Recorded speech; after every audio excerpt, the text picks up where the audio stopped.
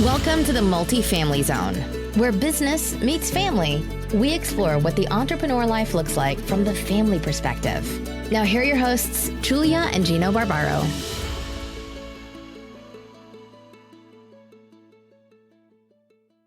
Hey everyone, this is Julia Barbaro, host of the Multifamily Zone podcast. I'm here with the co-founder of Jake and Gino, my husband and co-host, Gino Barbaro. Yes, first time, baby. That's great.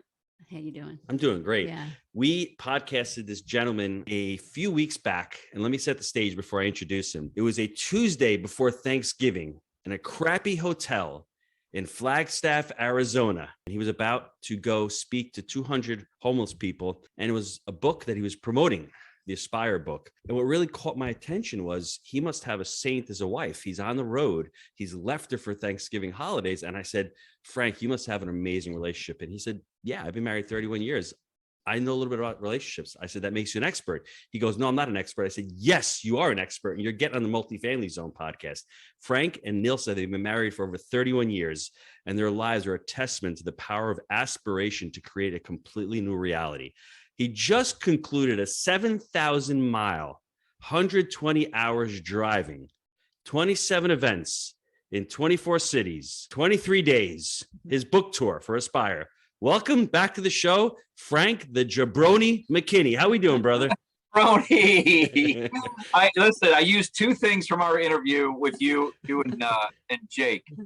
One was that word jabroni, and the other one was, and that's kind of a funny thing, but the other one was that I kept saying I'm not a relationship expert. When you told me I was, I got to think I have not said that since. Like, I am now a relationship expert because of the 31 years I've been married, and I write about it in great detail in my book, so I better be an expert.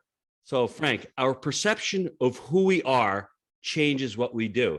Your perception was changed on that podcast very simply by one jabroni telling you that you were, but you should have already known that intuitively. What was holding you back from not realizing or not coming to that conclusion? Humility. I just felt like, who am I to say I'm a relationship expert when I've screwed up mine with my wife a number of times. Of course, we know that behind closed doors, how you can mess those things up. But as I step back and I realize that in that section of Aspire, where the title of that section, 5 chapters, is Love Life and Your Love Life. And I got chapters in there titled like the significance of a significant other, how relationship pressure creates the diamond or crushes the union, how to marry your guardian angel, and so on. That, yeah, you kind of opened my eyes to the fact that I should no longer say that I'm not a relationship expert, that I am a relationship expert. Well, before my wife starts jumping into it, I promise no business. This is all going to be about relationships. For anybody out there, how did you find your wife? How did you know she was the one? And how did you... for 31 years, it's a testament because you are a busy person. You must drive her nuts. You have an idea every other 10 minutes. How did you know she was the one 31 years ago? The chapter, How to Marry Your Guardian Angel, when I met her in this office building, she's an interior designer. So she was doing mansions. I was doing crack houses back then. She was doing yachts. She was doing planes, way out of my league. And she comes into this office building looking like she was out of my league. I was a tennis pro at the time, just coming off the tennis court to be a real estate investor. So I was still basically part-time tennis pro, part less full-time real estate guy. I saw this woman. I thought, I'm going to give it a go. I got nothing to lose, and after a number of rejections, which we'll get into in a second, she finally said yes to our first date. I still have the receipt. August 5th, 1987, when I took her out on my first date. August 30th, 1990. Is that the day you got married? August 3rd, 1990. We got married. We dated for the first time on August 5th, 1987. Yeah. So I made a slip. I got married August 30th. It says August 3rd on my notes. I got confused for a second, so I don't know what that means. That's crazy. Okay. So go ahead, babe. No, you said something before that you messed up so many times that you didn't feel like an expert. But isn't that how we become experts in something, is that we mess up over and over again. We figure it out. We get up and we try again, and we do more to strengthen the relationship, because anything we're doing to learn something, we do have to mess up. And I've never really met a couple that I can think of that haven't had difficult moments. It's those people that had difficult moments in their relationship. It's like, okay, well, now what are we going to do about it? So take us back to all those hard times in your marriage and what you both did, because I want to hear your wife's side of it as well. Well, I mean, being married to me is like being inside a blender on a rocket ship, going 100,000 miles an hour. And then the cosmos, kind of shifts off gravity, turns off gravity, and it shoots this thing out into into the universe. So, she's a calming influence. She's very patient with me. I'm very mercurial. She's very even keeled. So, as the book states, I'm not going to get too far into it, but I was arrested and jailed as a habitual traffic offender for just not paying traffic tickets, no DUIs or anything. I just collected speeding tickets on my fast motorcycles. And when we were first dating, I was put in jail for a weekend because I just, my speeding tickets caught up with me. And the day I knew I was going to marry her, because listen, I'm a tennis pro in South Florida. I had no desire to be married. I was living a really great life, making $100,000 as a tennis pro. I was teaching a lot of women how to play tennis. And here I was in this Palm Beach County jail for the weekend in my early 20s. And she came to visit me. Yet when they called my name out, there was another Frank McKinney in this county jail, and he was a 300-pound black man. And so here comes this black man down to see her, and she just starts bawling her eyes out, like, what happened to my Frank? This guy's super excited. He sees this young, beautiful woman.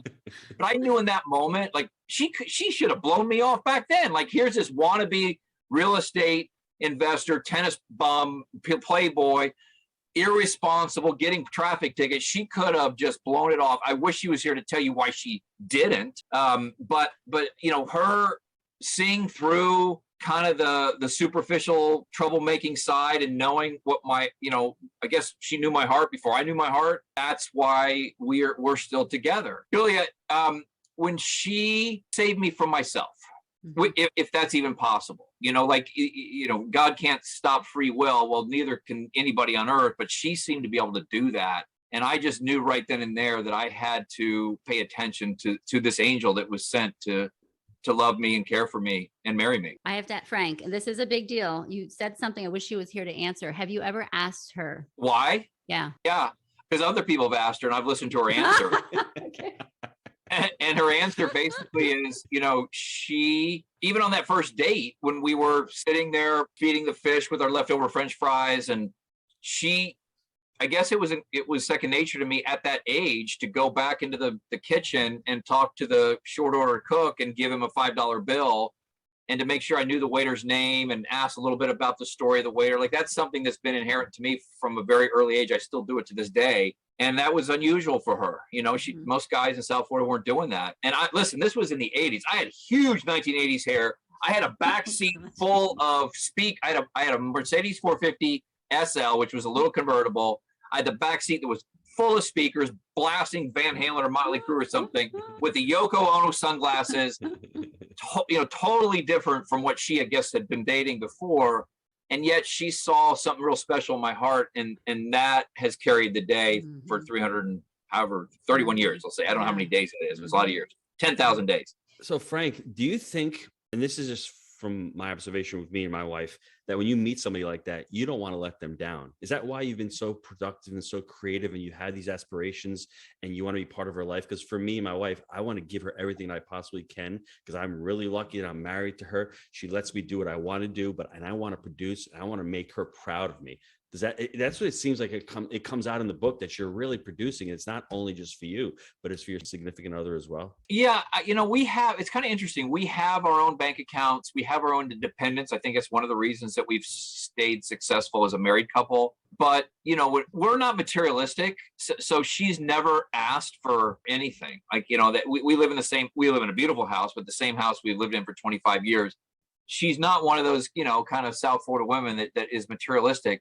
So that makes you want to do nice things for her. She's I have to force it on her sometimes, and then when we had our daughter, that became obviously the focus of our lives. Showing my daughter how a man should behave with his wife, because eventually she's going to be there, was very important to me. And, so to give Nilsa, I don't think she wanted a balanced life, because I don't think as human beings we're meant to stay in balance. We're meant to actually swing back and forth like a pendulum out of balance. It's a very exciting life to be married to me, but at the same time, there's been stability. We like, same school for my daughter, same house, same church. And that, for a woman, wants roots, and she doesn't want a guy who isn't able to provide groups that run real deep. No matter how endeavors I get involved with, she still knows she has roots in my heart. She has roots in the ground where we live, in the community, and that's super important to a woman. I should have rephrased that also. I didn't mean to say just materialistic, but also the fact that you have growth and you have contribution. You guys are doing so many amazing things. The Caring House Project, you're building amazing homes, you're giving, you're charitable, you're growing businesses. It's exciting. And that is, when you have a partner to share that with, isn't that everything in the world? Like to be able to come home and say, hey, we just created so much impact for others, but we're doing it together as a team. Absolutely, Gino. And I'll tell you that when we hung up that first time with you and Jake and thinking about relationship expert, you and I, and this is kind of probably the most, healthy egotistical I'll get. You and I have what other men want. You and I, no matter how exciting it may seem to be out there on the dating scene and dating a bunch of beautiful women, we have exactly what other men want. And our relationship, your and Julia's and mine and Nilsa's, is what people strive for. And both of us have had it for a long, long time. So that example that we're able to set through the institution of marriage, we take that pretty seriously. It's not a commitment, it's a covenant. And that covenant that we have had for all these years, and being a Christian and knowing that, when two are joined, no man can separate. We take that very seriously, even though I've done a lot of things to take out the crowbar and try to separate it because I'm an idiot. I always fall back on where I just think I'd be in a trailer park married to the bearded lady of the circus, smelling like motor oil and chewing tobacco if I hadn't met her. And that's a guardian angel. I probably would be stuck in a awesome. kitchen having 3 restaurants. I'd probably be in a better position financially, but I would have my soul would, I would have probably lost my soul, going into materialistic, not worried about impacting others, not having 6 children and a completely different lifestyle, completely void of any purpose. That was my saving grace. That's what I think relationships allow you to do. They allow you to make those mistakes and allow you to say, hey, let's do this together. We do everything together now. We have podcasts. We've raised the kids together. We've done our business together, and it seems that's how it should be. There is no balance in life. I want my business to be part of my family, and the people might think that's crazy, but I love when it blends over. The kids come to our events. We wrote a kids book for the kids. I mean, how the cannolis exploded. Now what? Because I think it's important to have that blend, and that's how we've done it. And I think families that work together, they stay together. That's just my opinion on the matter as an entrepreneur. One of the things my husband, when he got off the podcast with you, Frank, last time, he's like, you'll love this guy. He's just like me. He's all over the place. And he was getting all excited. And I said, I'd love to meet his wife. That's what my first initial thought was. But one of the things that I do love about my husband, and this is out for everyone listening, is what do you love? And that's really something. What do you love about your spouse? Because there's something about them. Sometimes we fight it. I could complain all the time. My husband's working. He's always finding these new things to do and blah, blah, blah. But I knew that about him from the beginning. The first time I met him, I knew that about him. So instead of trying to fight it, embrace it, love it. Even sometimes it can be irritating. The things that the two of you do probably drives your wife crazy, drives me crazy sometimes. But instead of being irritated by it, we got to embrace it and love it and find it at times adorable. I find you adorable sometimes when you're all over the place, and work with it. I know he's like that. I could either complain and sit home and nag and all that, or I can be like, that's awesome. Yeah, sure. Let's go do it. You want to move? All right, we'll move. Whatever you want. And that's where it comes in, where you can find that happiness together. When we don't stress about all the dumb little things that come up, but we just are on this adventure in life together. Like you said, it's marriage is incredible if you want it to be. You have to decide. It's up to you. If you want a successful marriage, you got to put the work in. You got to put the effort in. Yeah. Frank, what do you think? Well, marriage is hard. Life's hard. Yeah. Life work. You could be married to a Martian or an alien or an ape. It's still going to be hard. It does, it doesn't matter. So I wouldn't want the alternative.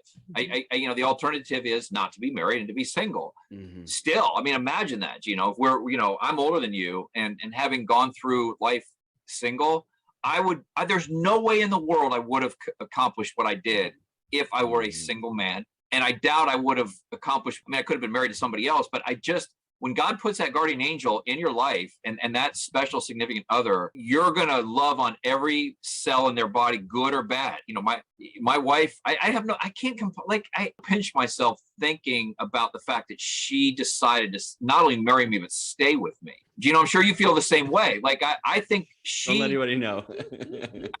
I know that I got a better end of the bargain. At least that I see it. That's not an indictment on my own self-esteem. It's just, I think that she is just, I glow when I think about what she's done for my life. And now that we're empty nesters, right? We are empty nesters and we're closer to the end of my career. I'm done with my real estate career, and just having that time to look forward to being together that we didn't have a lot. Like, I can't imagine with 6 kids, how you guys find that time, the intimate time, just the pillow talk time, the sit around the campfire time. Mm-hmm. That's something that we cherish. Yeah. I mean, it's different. I'm going to be honest with a bunch of kids. It's different. And we know we have kids. They're always around. We even homeschool the kids. So they're really always around, but we work with it. And that's what life gives you, what God gives you. You say, okay, what am I going to do with this? Again, we could complain about it, or we can work with it and we could love it and we could fall in love with the lifestyle that we have, which I love. It's a simple life and I love simplicity. And that's why I love my husband, because I feel like sometimes he tries to take it to the next level with the cars and the stuff. I'm like, yeah, I like my minivan. I just do. It's a comfortable minivan. After 20 years, the minivan's got a little played out, Frank. You know what I'm saying? It's just like, it's time to upgrade it. But you know what? She wants the Kia minivan. I get the Kia minivan. What do you want me to say? So, expert, I think you are an expert. I love everything you've said. Some tips on staying married, some tips on what us as men should do. Maybe you can't look at it from your wife's perspective, but what can we do as men to keep our wives happy, keep them fulfilled, and really serve them? Because we're here to serve them as well. My wife says, oh, well, she inspires me to get up to go to work every day and to work harder and to do better and to provide. She's been financially free since August 30th, 1998. That was my goal. She's not worried about money from day one. She's got a family to raise. That's what she aspired to do. When I was reading your book, I'm like, aspire. You can aspire to do anything. My wife aspired to be a stay-at-home mom and to raise a great family and to do that. Mine was to provide. So some tips on being an expert. The single best tip I could give in relationships, married or dating or otherwise, is invite conflict with respect. Most couples avoid conflict at all costs. And what I realized, and there's a whole chapter in my book that I talk about, relationship pressure creates diamonds. If you're going to have the conflict, so we invite the conflict with the expectation that in the end, it's the diamond that's going to be the result. If you're in denial about the fact that you're going to have conflict, and again, I said Martian, alien, or ape, you're going to have a conflict no matter who you're with. We realize, because we're so well suited for each other, that I want to create the diamond, be it the diamond in the real estate project, be it the diamond with the book, be it the diamond that we're doing over in Haiti. We're going to conflict about opinions on how to run those things, because she runs the Caring House Project Foundation with me. She's interior designer for all my projects. She's the one who said, yes, go on the 7,000-mile book tour and be gone for Thanksgiving. There's going to be conflict. We say in the end, because 9 times out of 10, that conflict's going to create the diamond. In the end, beautiful houses, a charity that's provided 13,000 kids with a self-sustaining existence, and a book that's, on the bestseller charts now, because of her willingness to invite conflict with respect. Because if you don't have the respect inside that conflict, it's the forces that are at work underneath the crust of the earth that creates the diamond. Or more often than not, if you look at the minerals, you look at the things underneath the crust of the earth that are crushed, almost everything's crushed underneath that pressure, except for the diamond. That's the singular greatest piece of advice I could give to couples, wannabe couples, married couples, dating couples. Wow. Just let that sink in, everybody. And it's important. The last word that he says, invite conflict with respect. You respect the other person's opinion, but you go out and you duke it out and you let it all on the table, but you respect the other side and you come to a resolution. Because if you're going to deny it, it's going to fester and it's going to fester and it's going to fester. And then one day you're going to explode and you're going to make a bad decision out of fear or out of anger. You don't want to do that. You don't want to make any decisions out of fear, out of anger. You want to make decisions that are clear-minded, that they have clarity to them. Yeah, no, Frank, that's excellent advice, because we do avoid that conflict because we're afraid of what's going to come out of it. And that's when we connect with our spouse, we know, yes, it's going to be difficult and there's going to be some arguing, even with respect, there's going to be arguing. But when you know you're going to come out of it. And then I think that's really important. You have trust with each other, that you love each other, and whatever the issue is, you can work it through. And I think that's super important. I love that. And people watching this, if you're destined to be single and that's your goal, then life was meant to be shared. Mm-hmm. Even if you're a loner or you're an introvert, relationships, specifically romantic, are going to make or break your life, unequivocally. So I could be the most skilled, dynamic real estate designer, artist, what have you, and build these grand houses on the ocean. But if I don't have someone to share that with, I guarantee I'm not doing a second one or a third one. I'm going to try to find my high somewhere else. Mm-hmm. I find it at home. And I understand that even though I am somewhat of an introvert, believe it or not, like I work out of a treehouse, but at the end of the day, to be able to share these, like you do, I'm sure, Gino, and that you guys share these dreams and desires together. That's why God made man and woman. And I encourage you, if you've been in a relationship where you've been hurt, there's a whole chapter that talks about that. Don't give up. Mm-hmm. That guardian angel is out there for you to marry.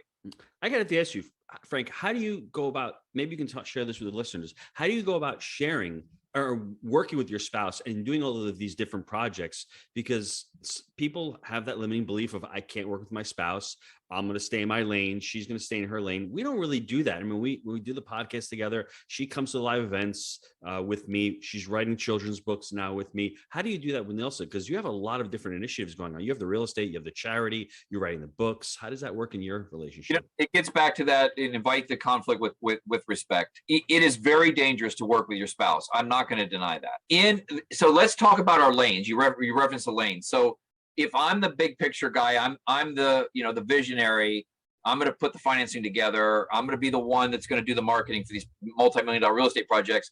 In the end, those decisions, while I'll invite input from her, in the end, those lie with me. Mm-hmm. She's the interior designer. We'll have tons of conflict over that, but in the end, I always defer to her because that's her lane, her field of expertise. We just make sure that just like the rails on a railroad track, we make sure that those things are congruent, that they're running parallel to each other, because what happens when one rail goes off, the whole train wrecks. Mm-hmm. And so I know what I'm really good at, and she knows what I'm good at.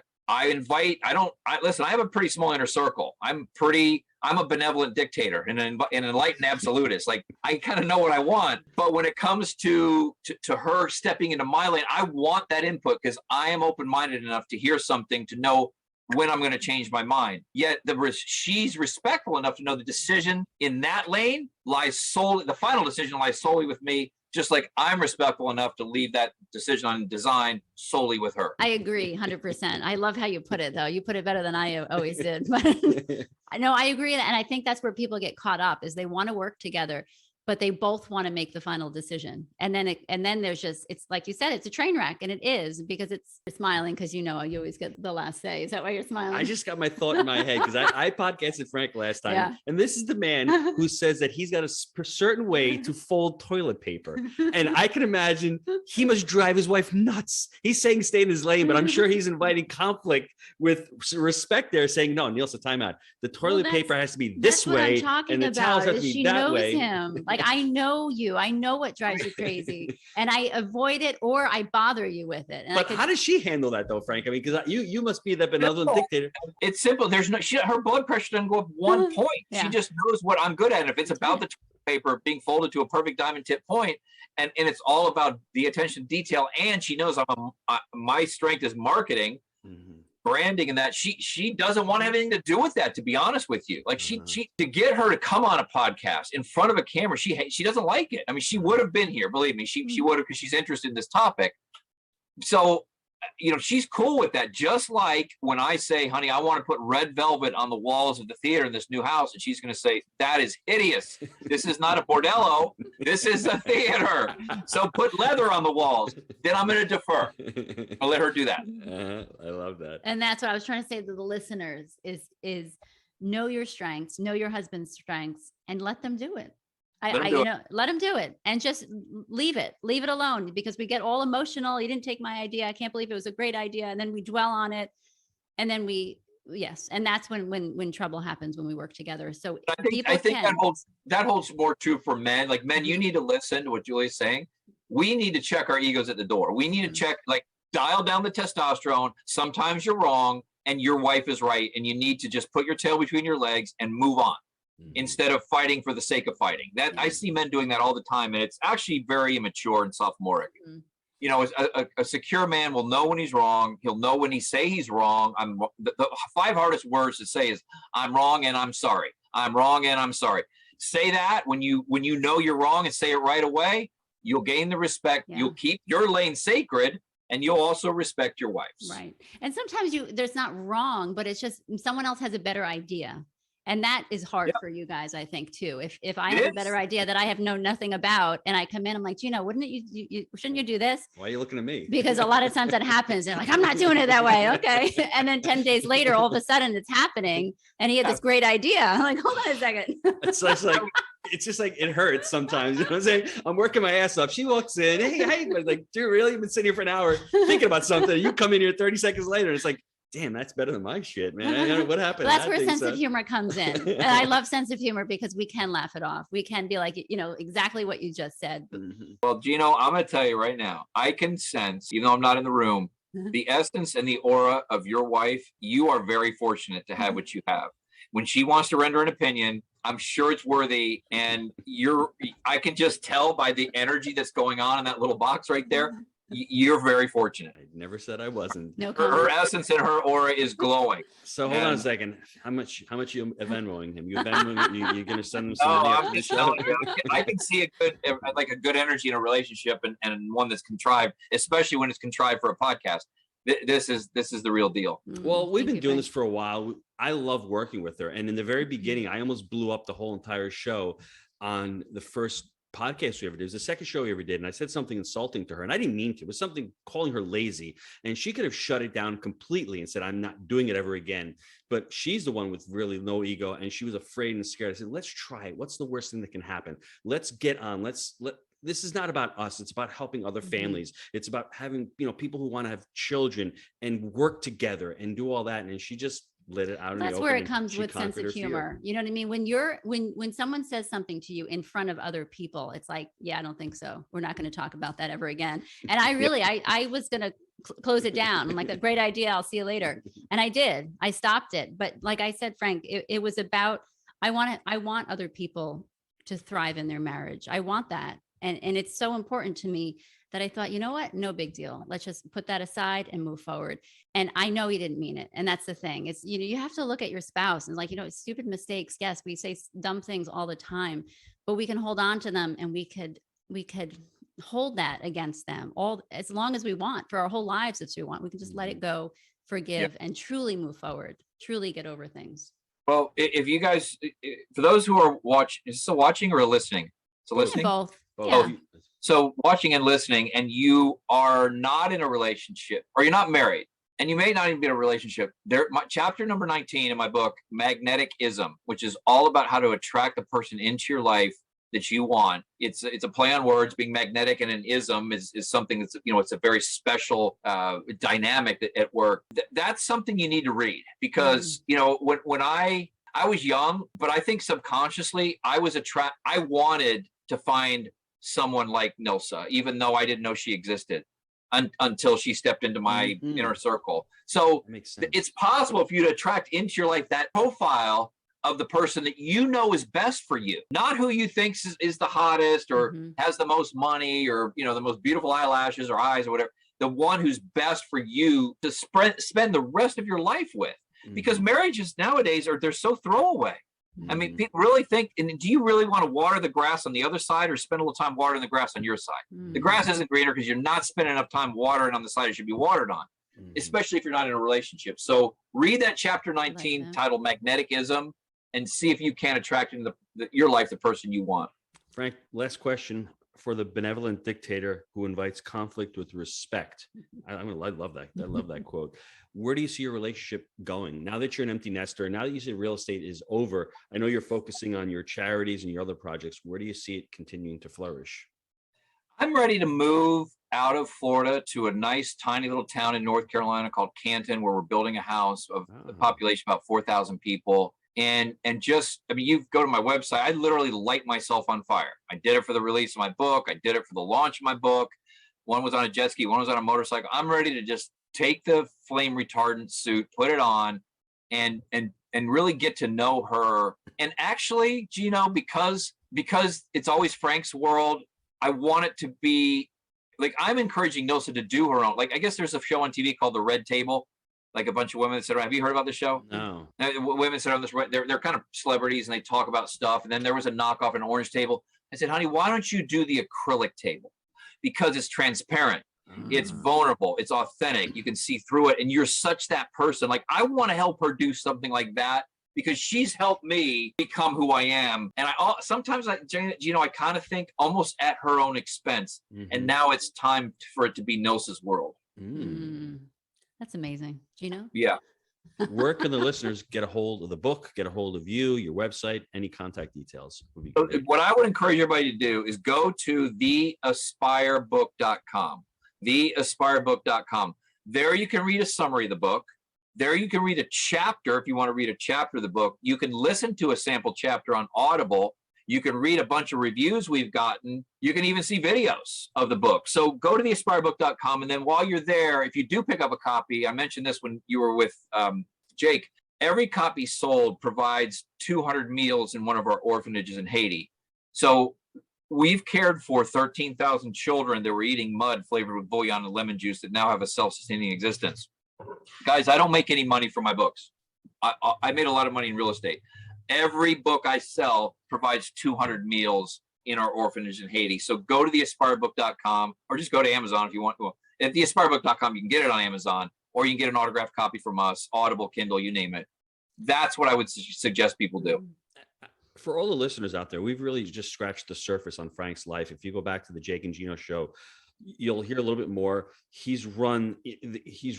What's the race that you run? The Badwater. He's run it 12 times. He's built these amazing spec homes. He's taken risks. He's written 7 books in 6 different genres.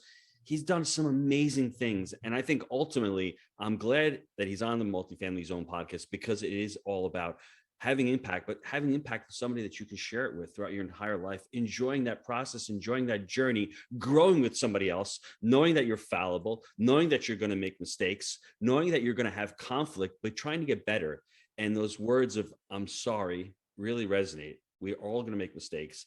We're sorry about it. But what really impacted me when I talked to Frank last time was, it's the week before Thanksgiving and he's on a trek. Most wives would be yelling at their husbands and saying, "Why aren't you home? You should be home with the kids and all." And meanwhile, his wife allowed him and actually championed him to go. Yeah, she encouraged that journey. Exactly. So that's to me was like, what an amazing spouse he must have to be able to live his dream, to co-opt with her dream and work together, and to impact and to help others. That was really powerful to me. If you listen, you're in the wrong relationship if you have to ask permission for anything. You ask for collaboration, never asking for. I would never ask, "Honey, is it okay if I go on this book tour?" No, I'm collaborating with her. I'm planning the whole tour, planning all the tour stops, planning the message. And if at any point that collaboration results in an opinion where this isn't probably the best thing to do, then I'm going to listen. But asking for permission is not, you're in the wrong relationship if you got to ask. I like that a lot. I hope everyone listened to that. I hope everyone heard that. Final words, baby? No, I just Frank, I just want to thank you. I didn't know what to expect. I heard a lot of crazy things about you. Good crazy things. Good, Great things, amazing, crazy things. Yes. I'm excited to finish this book because I didn't expect what I was reading. And all of you out there, please go to Frank's website, get the book, follow up on what he's doing in his life, because it's amazing. I just want to really thank you for that. Hey, here's what I'd like, Julie. Here's what I'd like you to do. So you haven't got to the 4th section that talks about relationships, right? So read chapter 20 on your own. Actually, why don't you read the title of the chapter 20 out loud for our listeners and viewers? Just the chapter title. Oh, and give mind-blowing sex. Yes. So I want you to read that on your own. On my And I own. want you to come back maybe at the next podcast with your next guest, how intimacy and the role intimacy plays in a long-standing relationship. Because, you know, after the honeymoon's over, the pink cloud phase, whatever they call it, after 6 months, intimacy, and how giving sex is less selfish than having sex. Having sex can be a bit selfish. I know it's a tangent, but it's something we didn't even touch on. It's a really important part. So go to chapter, go to the fourth section and read So those. I'm only reading chapter 20. Is that what you're telling me? Yeah. I want you to read chapter 20 and then relate that to your next guest. That will be fun, actually. Frank, Awesome. set me up tonight, baby. I love it. That was for you, Gino. I'm Venmoing you now, bro. She was saying, I'm going to send some money over to you. That's all I'm saying. I know you, with 6 kids, I know you got a lot of practice, so keep it on. We want to thank you for being on again, Frank. This has been awesome. This is what life's all about. It's all about creating impact, about creating relationships, and about changing people's lives and about helping people out. So please go out and pick up the book Aspire. Once again, thanks, Frank McKinney. You take care. Bye. Right? Thanks, everyone. Thank you. Bye, Julia.